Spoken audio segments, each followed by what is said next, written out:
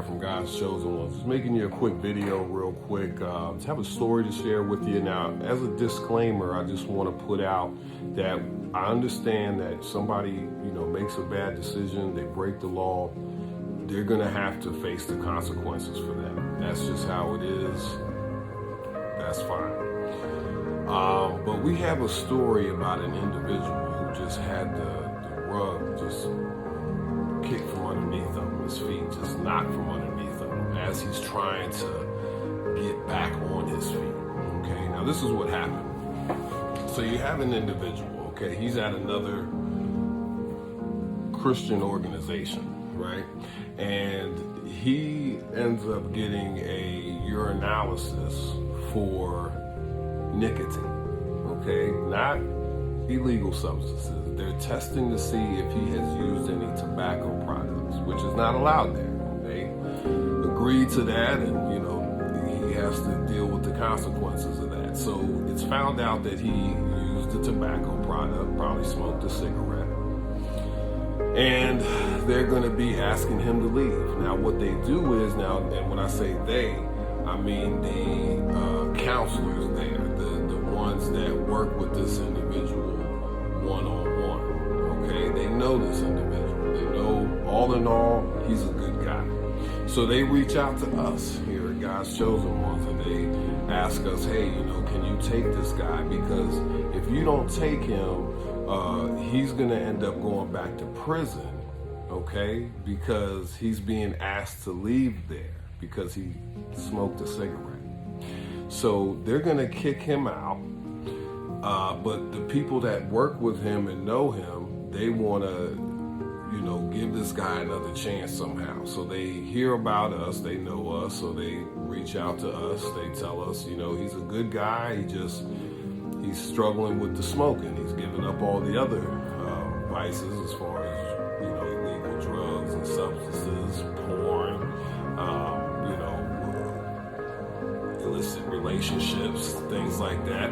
So he's given up all this, but he's struggling with these cigarettes. But the counselors, the people that work with this individual, they don't want to see him go back to prison.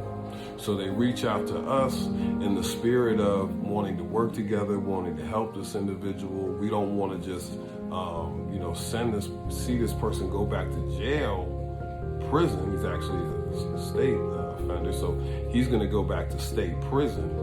We don't want to see that, so we give him a chance over here. We have a spot open, we give him a chance. Now, we try to help him as far as, we help him get a job.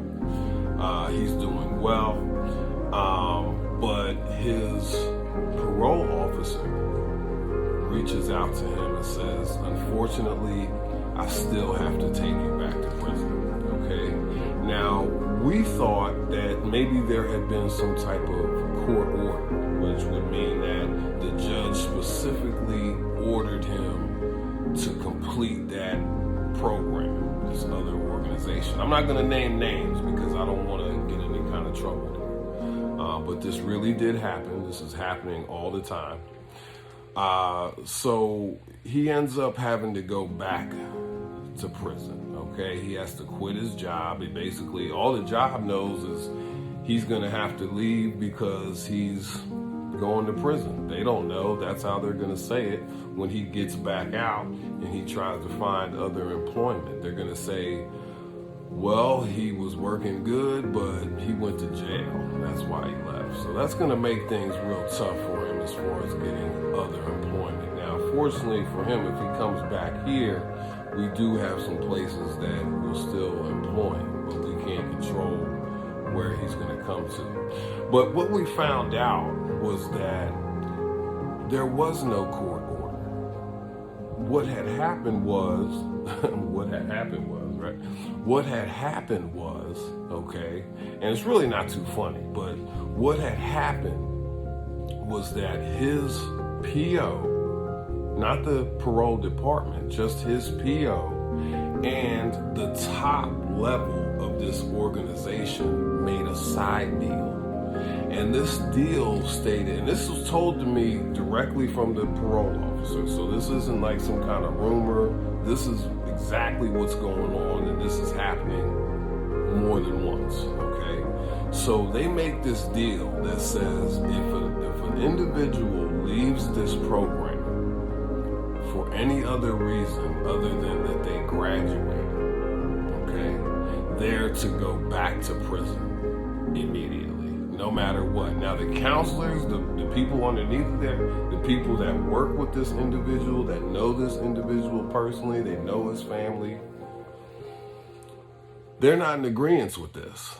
But because they have to protect their job, they can't speak out about this. But behind the scenes, they try to reach out to us and give him another place to go. But unfortunately, this arrangement has been made that if he leaves for any reason, whether it's he smoked a cigarette, maybe he just wants to leave, right? He wants to go and get started somewhere else. If that's the case, this one parole officer and the top levels of this organization that doesn't even know this guy have made an agreement that if he leaves, they're gonna send him back to prison, okay? And that's exactly what happened. They sent him back to prison for smoking a cigarette. He's back in prison for breaking no law. Understand that. There was no judge that signed off on that. This was a decision that this organization made along with just this one parole officer, okay?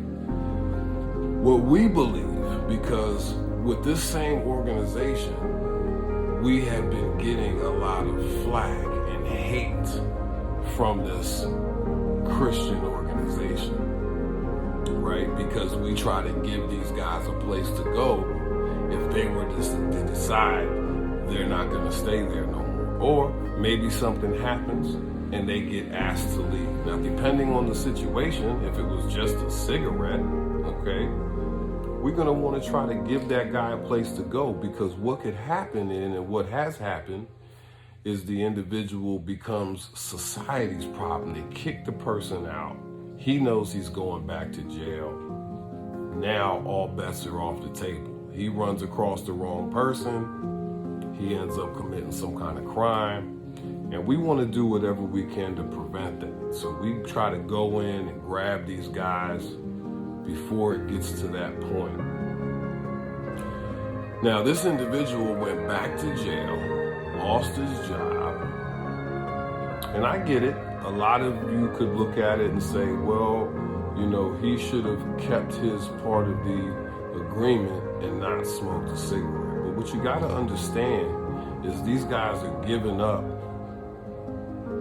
crack, heroin, marijuana, alcohol, porn, women. You know, sometimes they have to go so long without even being around their kids. In these places, in this particular place, you can't just, if there's some kind of emergency in the family, you can't just leave and go take care of that. They're gonna tell you, hey, sorry, it's after curfew. You can't leave and go see what's going on with your little baby. And, you know, look, that's the agreement that they signed on to. But if a person decides, hey, I'm going to go somewhere else so I don't have to keep abiding by this agreement, then, you know, they're going to still go back to prison. So this isn't fair. You know, this isn't helping the situation. This is all due to an organization wanting to corner the market. They don't want people to be able to leave and go somewhere else. So they can put a person back in prison for committing no crime. Okay? And I'm even afraid to put this video out because they've already been coming at us hard. They've been going out of their way to slander us, to tell people that this isn't a good place to be. But the people that work underneath, the counselors and the rank and file of this organization loves what we do. regularly tries to save these guys by reaching out to us and letting us help them with a place to go so that they can continue on, they can continue building their relationships, rebuilding their relationships. Most of these guys have children. Most of these guys have wives that they're trying to repair the damage that had been done from the previous life. But for the sake of business and for the sake of a personal vendetta against us here at the God's Chosen Ones, they'll dismiss all of that and make sure that that person goes back to prison if they don't stay there. So I just want to let you guys know this is what's going on. It's making it almost impossible for these guys to get back on their feet. Okay? He smoked a cigarette. So what? Okay? I understand it violated their conditions over there, but does that really warrant taking a man away from his family, away from his children, and making it seem like he committed some crime and putting him back in prison? So this is the type of thing we have to contend with. If you know anybody that this has happened to, feel free to reach out to us. We'll do anything we can. We'll try to have a spot for them. If we can't have a spot for them, we have plenty of information on our website that can help them as they continue on with their journey. They can feel free to reach out to us. We can help with employment and just mentorship and try to help guide that individual. But even if you know there's an individual getting ready to be released back into society or they're rebuilding, feel free to visit our website at godschoseenones.org, and you will see a library of information there that will help these individuals get back on their feet. Prison isn't for everybody. It should be for people that have committed a crime. Okay? And if you know somebody in your life that is going through this process, please feel free to reach out to us. We can help you as far as even just to know what's going to come next, what to expect, what you can do.